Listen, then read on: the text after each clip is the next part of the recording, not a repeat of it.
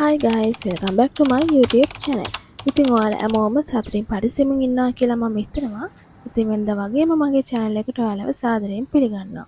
ඉතින් මගේ channel එකට ඔයා අලුත් කෙනෙක් නම් මගේ නම රුවි. ආදරයෙන් ඉල්ලා සිටිනවා subscribe කරලා bell icon එක all දාලා මාත් එක්ක එකතු වෙන්න කියලා.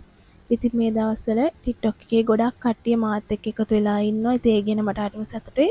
ඉතින් ඒකින් YouTube එකට ආපු කට්ටියකුත් ඉන්නවා. ඉතින් ඒකටත් ගොඩක් ස්තුති කරනවා. අද මම ඔයාලට කියලා දෙන්නේ මගේ යකේ රුටින් එකේ මම පාවිච්චි කරන එක ට්‍රීට්මන්ට් එකක් ගැන. ඔයාලට මම කලින්ත් කියලා තියෙනවා මම එකම දෙයක් එක දිගට පාවිච්චි කරන කෙනෙක් නෙමෙයි.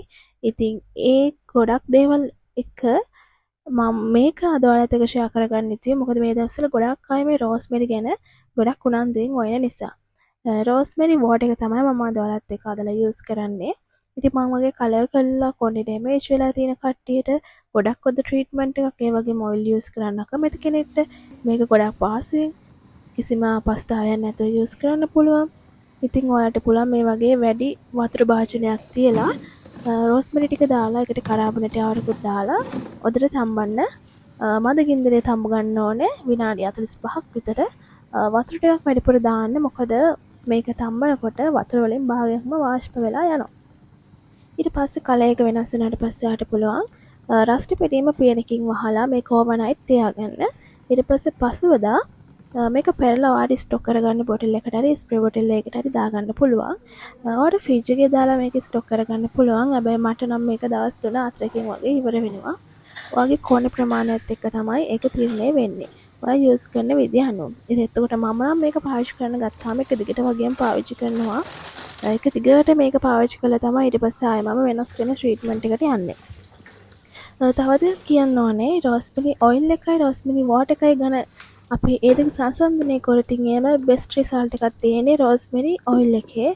හැබැයි ගොඩක් කට්ටිය ඔයිල් යූස් කරන්න අකමැති. මම ටිකක් ඔයිල් යූස් කරන්න අකමැති කෙනෙක්. ඒක නිසා තමයි මම රෝස්මෙරි වෝටර් එකට ගොඩක් කැමති වෙලා ඉන්නේ.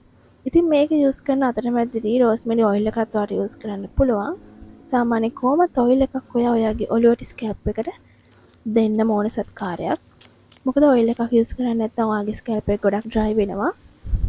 ඔයාලට පුළුවන් මේක ඇප්ලයි කරලා පැයක් විතර ඉඳලා වොෂ් කරන්න.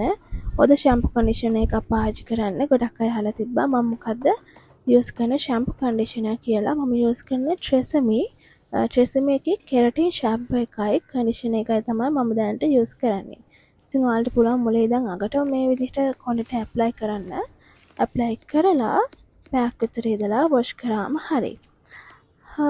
මේකේ කිසිම ගඳක් කිසිම එහෙම එකක් නැහැ.